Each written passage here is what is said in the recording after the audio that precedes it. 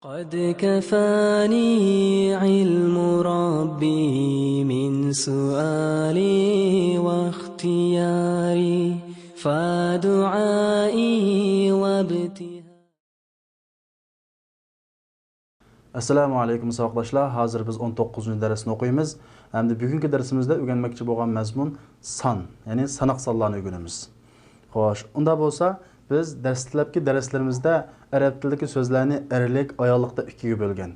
U jonliq bo'lsa jinsi qarab, jonsiz bo'lsa oxiridagi ayollikning ta'si bo'lsa, ayollik oxirida ayollikning kichik ta'si bo'lmasa, bu so'z erlik tava deb o'rgangan.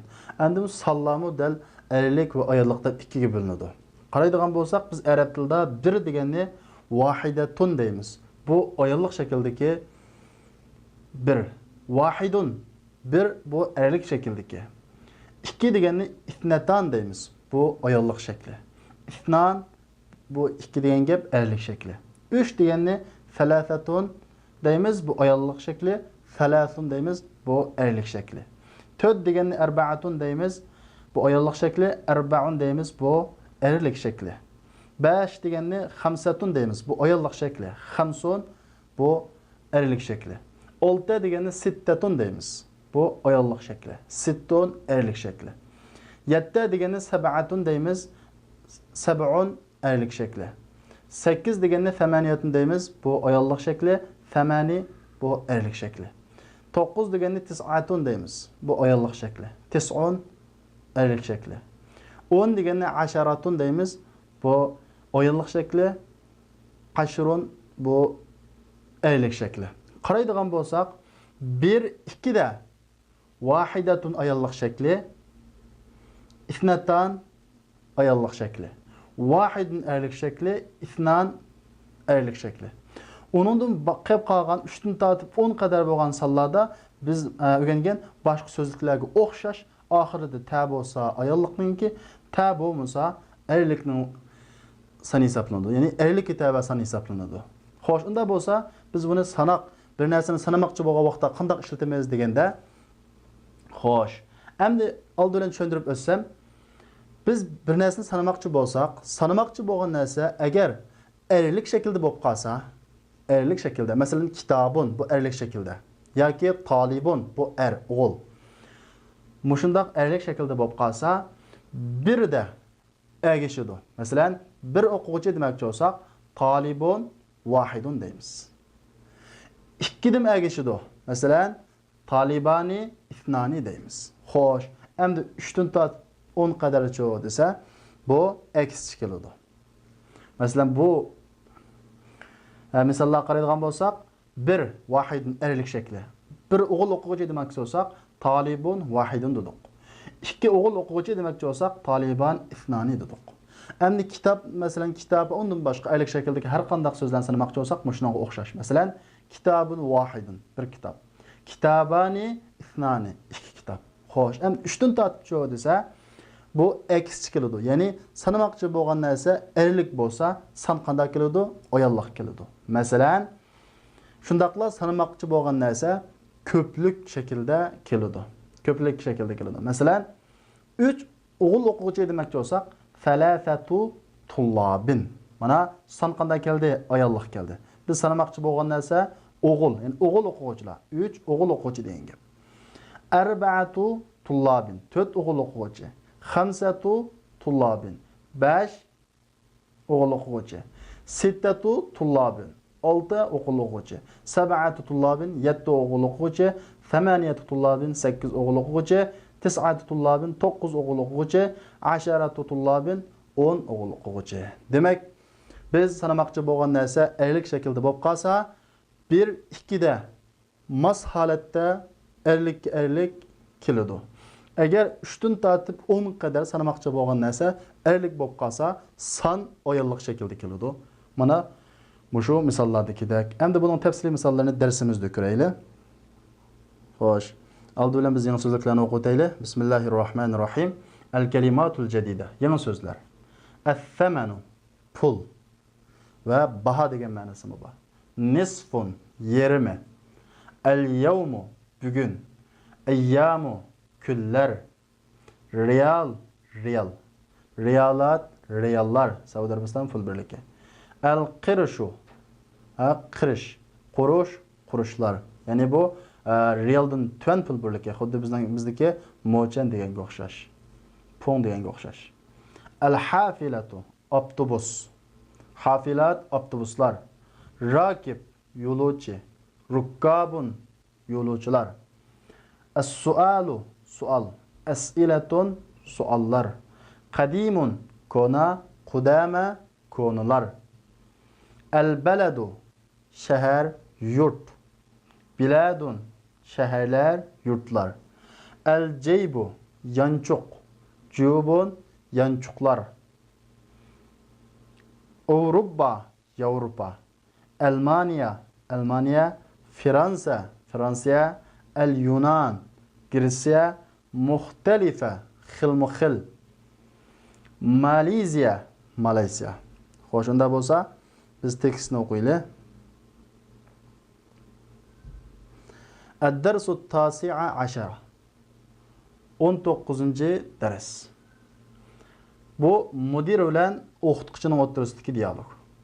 Kam taliban jadidan fi faslika ya sheyx. Ey sheyx, sinfingizda qancha yangi o'quvchi bor? Fihi 'asharatu tullabin jududin. Onunda 10 yangi o'quvchi bor. Ya'ni tullab qanday o'quvchi ekan? O'g'il o'quvchi, 10 yangi o'g'il o'quvchi bor. Min aynahum, ular qayerdan? Akulluhum min baladin wahida. Ularning hammasi bir yurtdanmi? Yani ular qayerdan? Ularning hammasi bir yurtdanmi? La, hum min biladin muxtalifa. Yo'q, ular har xil yurtdan. Minhum thalathatu tullabin min al-Filippin. Ulardan 3 o'g'il o'quvchi Filippindan va 4 o'g'il o'quvchi Yaponiyadan va 2 o'quvchi Jungodan va 1 o'quvchi Malayziyadan. Afi faslika tullabun min Amerika. Sinfingizda Amerikadan o'quvchilar bormi? Ya'ni amerikalik o'quvchilar bormi? Na'am, fihi 7 tullabin min Amerika. Shunda uningda 7 o'quvchi Amerikadan. Ahum jududun, ular yengimi? La, hum qudama. Yo'q, ular kona, ya'ni kona o'quvchilar demakchi. Kam taliban fihi min Avrupa. Uningda, ya'ni sinfingizda demakchi. Uningda Yevropadan qancha o'quvchi bor? Fihi 5 tullabin min Ingiltara. Uningda, ya'ni sinfda Angliyadan 5 o'quvchi va 8 tullabin min Almaniya va Germaniyadan 8 o'quvchi va 6 tullabin min Fransa. Fransiyadan 6 o'quvchi va 9 tullabin min al-Yunan. Gretsiyadan 9 o'quvchi bor. Shukran ya sheyx. Rahmat ey sheyx. Xo'sh. Tekst qarab baqadigan bo'lsak, biz darsni ilgari so'zlagan qoida bo'yicha sonlar sanalgan. Ya'ni sanamoqchi bo'lgan narsa tullab o'g'il bo'lg'achqa san qanday keldi? Ayollik keldi. Hammasi shunday keldi. Xo'sh, unda bo'lsa tamarin ko'nikmalar. Birinchisi iqro vaktub, o'qib yozing deydi. Qaraydigan bo'lsak, biz bu mashqdan talab qilingan mazmunni darsni ilgari so'zlab qo'ygan, shunga bu yerda qayta takrorlashning hojati yo'q. Ya'ni sanamoqchi bo'lgan narsa aylik bo'lsa san ayollik keladi. 3 dan tortib 10 qadar. Ammo 1-2 da qanday keladi? Mas holatda keladi. Talibun wahidun, talibani ithnani deb. Ikkinchisi iqro vaktub, o'qib yozing deydi. Buni o'zingizlar daftarga tarjima qilib ishlaysizlar. Birinchisi, indi 5 kutubin va 3 aqlamin. Menda 5 kitob va 3 qalam bor. Qaraydigan bo'lsak, kitob erlik, qalam erlik bo'lg'achqa san qanday keldi? Ayollik. Xolidun lahu 6 abna. Xolid uning 6 o'g'li bor. Kam axan laka ya Aminatu. Amina, sizning qancha o'g'il bir tuqqaningiz bor? Li 4 ikhwa. Mening 4 o'g'il bir tuqqanim bor. Qanday ikhvatim degan o'g'il bir tuqqan. Shunga san qanday keldi? Ayollik shaklda keldi. Xo'sh, qolganini o'zingizlar ishlaysiz. Üçüncüsü, ecib anil es'iletil atiye musta'milel el-adedil mezkur emamaha deydi. Tövendeki suallara cevap verin.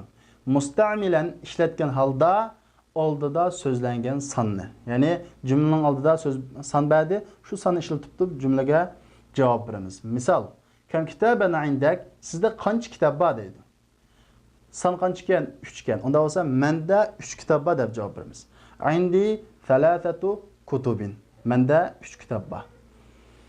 Kem ahallaka ya Muhammed? Hamid, sizden kaç oğul bir tuqununuz var? San kaçken? 5 iken. Onda olsa ahan oğul iken. Onda olsa san qanday keladi? Ayollik. Li khamsatu ikhwatin. Kem amman laka ya Leyla? Leyla, sizden kaç tağınız var? Xo'sh. San kaçken? 4 iken. Li arba'atu a'mamin deymiz. Qolganda o'zi anglashlanadi. Yana bir eskartishga tegishli bir gap. Sanalg'uchininki ko'plik keladi, oxirisi qanday bo'ladi? Zir bo'ladi. Ya'ni bu muzofun ilayh deb zir o'qiladi. Xo'sh, 4-mashiq اكتب العدد من 3 إلى 10 واجعل كل من الكلمات الآتية معدودا له deydi. Xo'sh. 3dan tortib 10 ga qadar yozing va tuvandagi so'zlarning hammasini onunga sanalg'uch qiling. Ma'dud degani nima? Sanalg'uch. 3dan tortib 10 qadar tuvandagi so'zlarning hammasiga qarab birdan jumla tuzamiz. Ya'ni kitob. Thalathatu kutubin. Qalam. Arba'atu aqlamin. Tajir. Khamsatu tujjarin. Rajul. Sittatu rijalin. Mana shunga o'xshash. Qolgani o'zi anglashlanma. Xo'sh, savoqdoshlar, unda bo'lsa, bugungi darsimiz mushada oxirlashdi. Kelarki soatlik darsimizni ko'rishaylik. Assalomu alaykum.